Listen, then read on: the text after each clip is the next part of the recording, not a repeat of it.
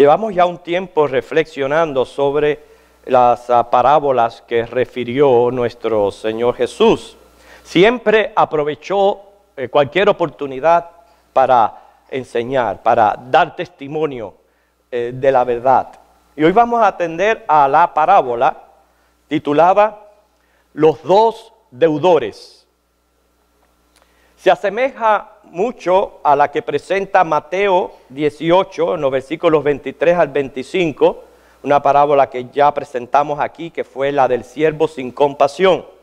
Recuerden que la verdad central de aquella parábola era en base a perdonar por el perdón que recibimos de nuestro Dios. Pero Jesús utiliza la misma idea de lo que es la deuda, pero para llevarnos hacia otro tipo de reflexión. El contenido de la parábola se encuentra en Lucas, el capítulo 7. Vamos a estar leyendo los versículos 41 al 43. Lucas capítulo 7, versículos 41 al 43.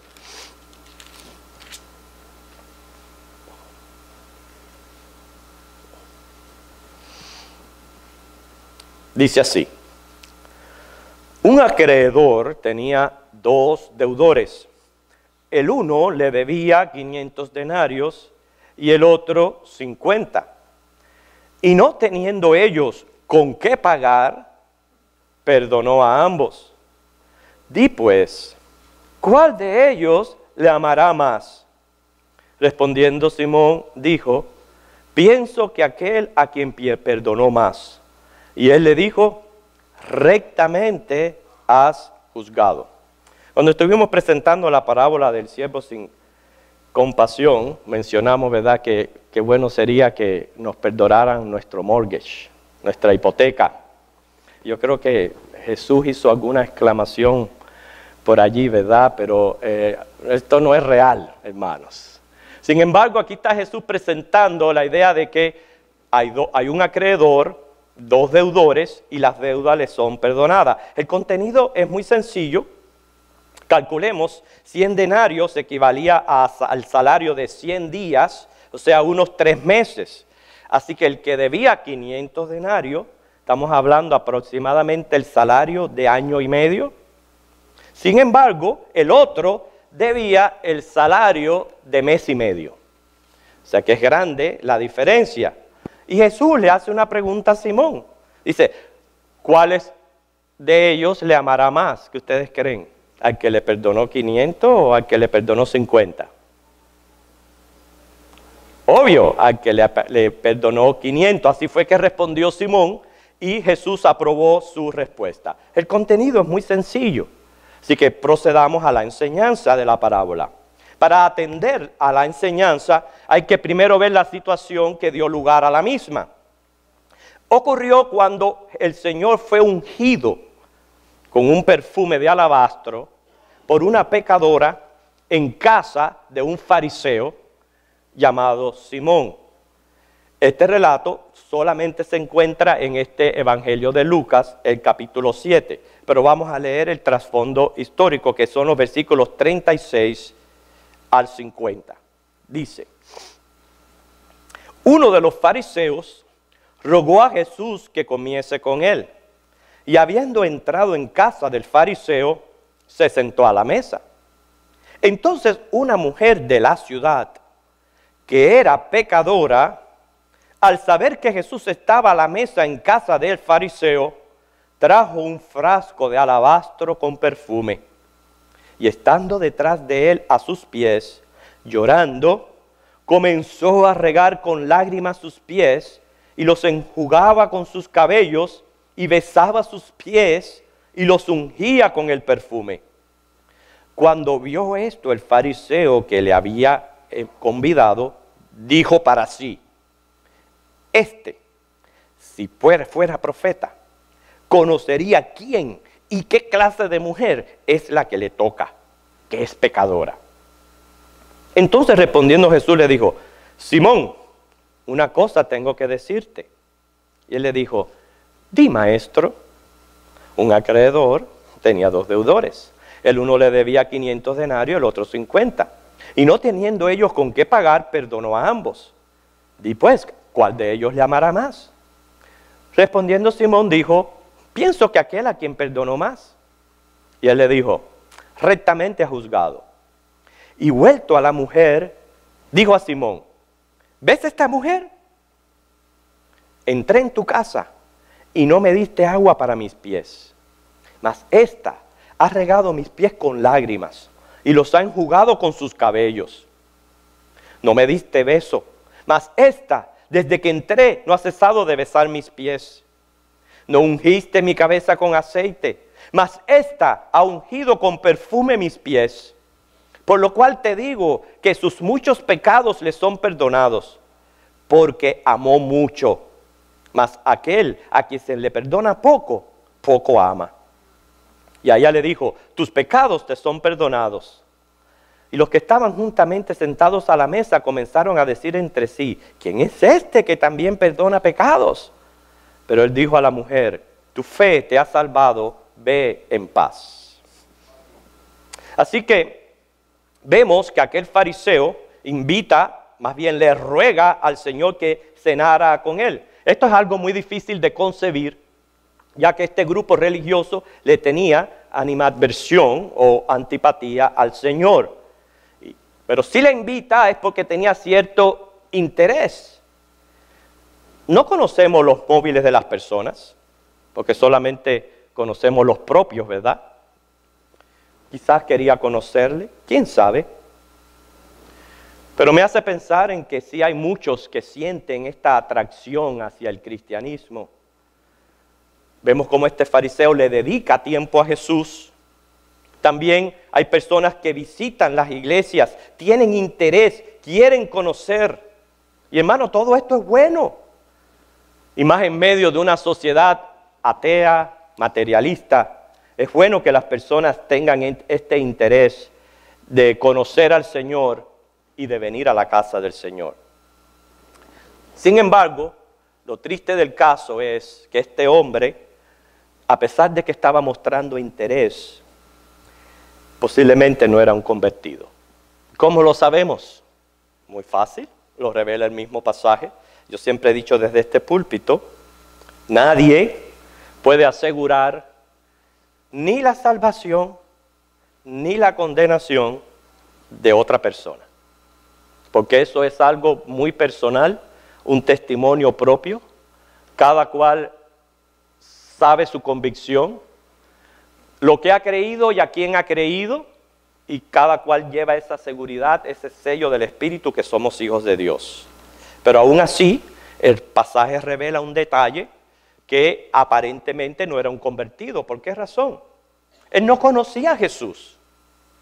Fíjense lo que él estaba pensando, que algo que obviamente no escapa a la omnisciencia del Señor. Si este fuera profeta, pues conocería a esta mujer pecadora a quien le está haciendo esto. ¿Ve como que él no ni conocía a Jesús? ¿Por qué no conocía a Jesús? Porque en efectivo Jesús era profeta. Claro, es más que profeta, es sacerdote, es rey, es Dios, pero él era profeta. El verdadero conocimiento acerca de la naturaleza y la misión de Jesús son señales vitales de una conversión, de que Jesús es Dios, Él es hombre, y que Él vino a este mundo como el Mesías, el Cristo, a dar su vida en la cruz del Calvario, único medio y modo de poder salvarnos y llegar al cielo. Así que Simón representa a una gama de religiosos que pueden tener interés, atraídos por el Evangelio, simpatizar con el Evangelio, pero no entregan sus vidas a Cristo, no quieren convertirse. Sin embargo, también el cuadro presenta a una mujer que la Biblia dice pecadora. Por pecadora entendemos que era, para no decir la palabra, pues aquí hay menores, era una mujer de la calle, y todo el mundo sabe que mujer de la calle no era que barría y limpiaba la calle, sino ustedes saben, una mujer de la calle. Pues esta mujer de la calle buscaba y seguía al maestro. Fíjense que quería llegar a donde estaba él, besar sus pies, Dice que con sus lágrimas lavó los pies, algo que era una costumbre en aquel entonces, quizás no lo podemos entender nosotros, pero en aquel tiempo que se andaba por los caminos polvorientos, era una práctica hospitalaria el llegar a casa y que se te lavaran los pies y que se te hiciera sentir cómodo y bien. Bueno, esto fue lo que hizo esta mujer, lo hizo con sus lágrimas, secó aquellos pies del Señor con sus cabellos, y no solamente eso, sino que ungió sus pies con un perfume muy caro, un perfume de alabastro. Eso hizo esta mujer. Y esto está indicando este interés, esta acción de ella, créalo o no, está indicando una conversión previa. Quizás por escuchar los mensajes de Jesús. Fíjense que de igual manera que no podemos asegurar que Simón el fariseo no había procedido a convertirse, tampoco podemos hacerlo con esta mujer. Sin embargo, están dando muestra de que en efectivo, le digo esto porque Mateo 11:1 dice que el Señor predicaba a las multitudes. Dice Mateo 11:28 que también el Señor llamaba, dice, a los trabajados y cargados que vinieran a Él para que hallaran descanso. Esta mujer de alguna manera conocía a Jesús porque llegó allí.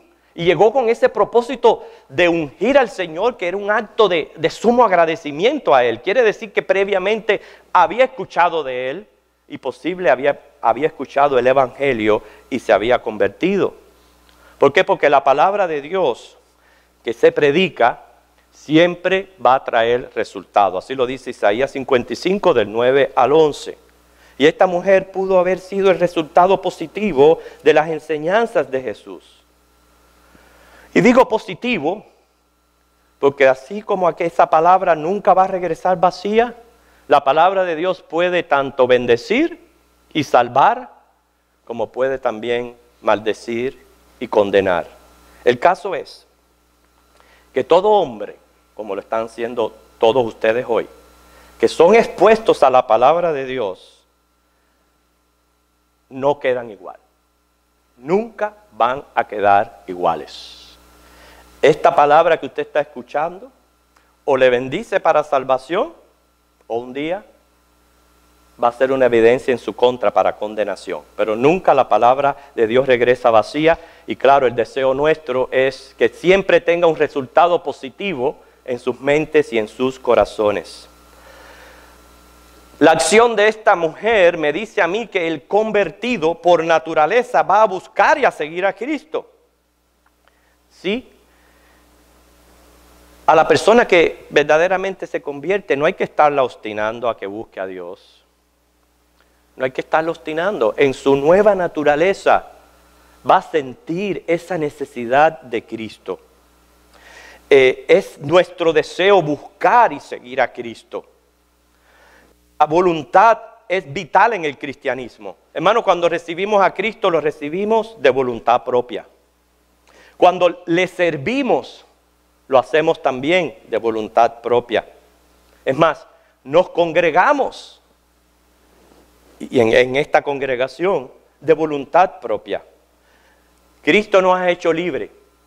Nadie tiene por qué sentirse ni coaccionado ni sugestionado a decir o hacer a esto o aquello. ¿Por qué? Porque somos seres libres y esa voluntad es la que Dios desea de cada uno de nosotros. Vemos cómo el Señor responde y hay muestras de gratitud de parte de la mujer hacia Jesús, en contraste con la altivez del fariseo. Aquel hombre no aceptaba aquello que estaba viendo. Y claro, no vamos a dedicarle el mensaje a lo que es el fariseísmo, pero era una de las religiones o sectas extremistas del judaísmo, donde eran bien rigurosos de guardar la ley, donde ellos concebían que aquella persona que no fuera fariseo era un pecador. Así que vemos lo exclusivistas que eran. Así que ver que aquella mujer entra en casa sin invitación, que era una mujer que se daba a conocer porque barría y limpiaba la calle, y de buenas a primera ver que estaba haciendo aquello, pues no lo recibe con buen ánimo, con buen gusto. Y claro, no es capaz quizás de expresarlo abiertamente, pero el Señor sabía lo que él estaba pensando y sentía en su corazón. Y hermanos, la altivez es un pecado grave, porque la altivez es cuando usted se siente por encima de los demás. Y eso es grave. Muchas veces miramos con desprecio a personas marcadas por la sociedad y se nos es difícil aceptarla. ¿Pero por qué? ¿Acaso no dice la palabra, cada cual se apartó por su camino?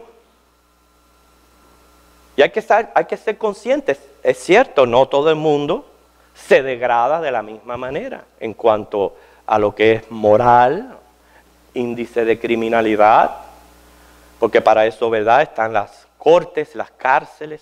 No todo el mundo se degrada de la misma manera, pero eso no quiere decir que no seamos pecadores, porque la palabra de Dios dice, y esto es un testimonio de Dios, que todos somos pecadores.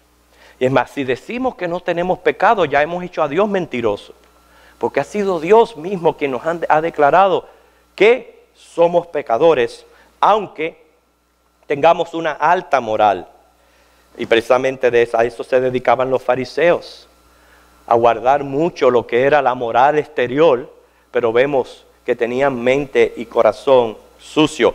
No hay diferencia entre inmoralidad y altivez. En cuanto a inmoralidad, a la fornicación, claro que es un pecado condenable. La Biblia lo condena. Dice que los fornicarios no entrarán en el reino de los cielos. Pero así también la altivez. Dice Dios que los altivos Dios los mira de lejos. Sí hay diferencia entre el fornicario y el altivo. El fornicario siempre va a sentir bajeza, desprecio de la sociedad. Y no todos, pero muchos de ellos, cargados por la situación que han vivido, bien necesitados, son más sensibles espiritualmente que muchas otras personas. Sin embargo, para aquel que es altivo le es bien difícil reconocer su necesidad de Dios. Eclesiastés capítulo 7, versículo 8. Sí le es muy difícil. Precisamente la altivez lo ciega a reconocer su propia necesidad. Y por eso no podemos olvidar que Dios es compasivo y misericordioso. Y hemos escogido la lectura bíblica de 1 Corintios 1, del 27 al 28, precisamente con este propósito de ver cómo Dios, en su misericordia, le pudiéramos decir así, le encanta, le gusta levantar lo vil del mundo, lo que la gente desprecia, y hacer de ellos, de esos vasos que parecen desechables, miserables, hacer de ellos vasos útiles para su gloria y su honra. Así que, hermanos, la aplicación de esta parábola, vamos a basarla en estas dos personas que presenta el escenario. Primero, dos personas de una condición social, moral, espiritual, diferentes. La primera, deudor de 50 denarios, un religioso. Pudiera representar bien un cristianismo superficial o un cristianismo nominal, de puro nombre. Porque note que tenía interés en conocer a Jesús, en escucharle, pero no se había convertido. Y más bien critica las acciones de aquella mujer, pretendía ser cortés, pero le faltaba amor, y Jesús le reprime. ¿Por qué le reprime? Porque ni aún las costumbres hospitalarias de aquel entonces, él había hecho con Jesús. Lo tuvo que venir a hacer la mujer. ¿Y usted sabe por qué él no hizo eso? Seguro que se sentía hasta superior que Jesús. Como diciendo, ¿quién soy yo para venir y lavarle los pies a este? Si yo soy un fariseo. Y Jesús le reprime por esto. O sea que vemos la superficialidad de una religión sin sentido. Un seguidor de la ley, quizás una moral intachable, pero creía no necesitar perdón. Y claro, como piensa que hay que perdonarle poco, pues poco agradece y poco ama. Pero el deudor de 500 denarios, que representa lo que es el cristianismo verdadero, a través de una mujer alegre, ya terminó de barrer la calle, escucha a Jesús, da señales de una conversión previa, lo buscaba, lo seguía, y al encontrarle le sirve con lágrimas y con agradecimiento, y Jesús la realza, diciéndole: mucho se le perdonó, mucho agradece y ama. Hay que aclarar algo, obviamente, porque Jesús le dice: tus pecados te son perdonados. No estamos hablando, no podemos sacar esto del contexto de las Escrituras y pensar de que Dios nos perdona de acuerdo a nuestras acciones o a nuestras obras. El perdón de nuestros pecados y la salvación del alma no depende de nuestros esfuerzos religiosos ni de las cosas que hagamos, buenas o malas. Depende de haber puesto nuestra fe en Cristo Jesús como Señor y Salvador. Pero cuando esa fe es genuina, va a dar manifestaciones en buenas obras y se va a manifestar también en servicio y agradecimiento. O sea, no podemos pensar de que porque ella ungió al Señor, el Señor le perdonó los pecados, porque sería en contra de lo que expresa la palabra de Dios. Podemos decir que quizás ella escuchó el Evangelio, que la llevó a seguir a Jesús, la llevó a hacerle un servicio a Jesús, y que por eso es una mujer ya perdonada de sus pecados, por haber puesto la fe en el Evangelio, la fe en Cristo Jesús. Eso hay que aclararlo.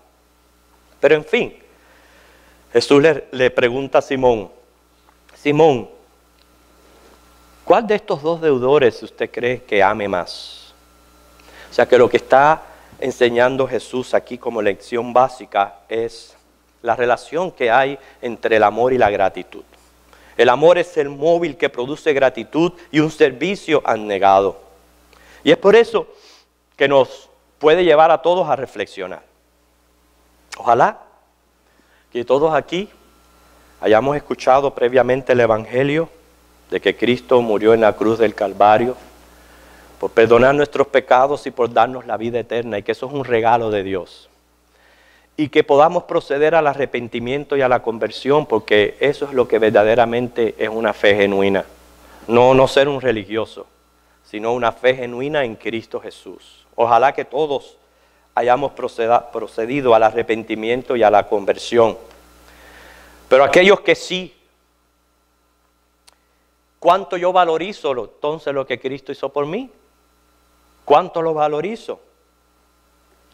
El Señor, por un lado, revela al fariseo su falta de cortesía, y en contraste hace referencia a la acción de aquella mujer. O sea que lo que hacía fue motivado por el amor y la gratitud de haber recibido perdón. Así que lo importante para el hombre, número uno, dice Romanos 10:17, la fe viene por el oír y el oír por la palabra de Dios. Es escuchar el Evangelio, eso es lo más importante para el hombre. Es resolver su condición de pecador y que su alma esté segura.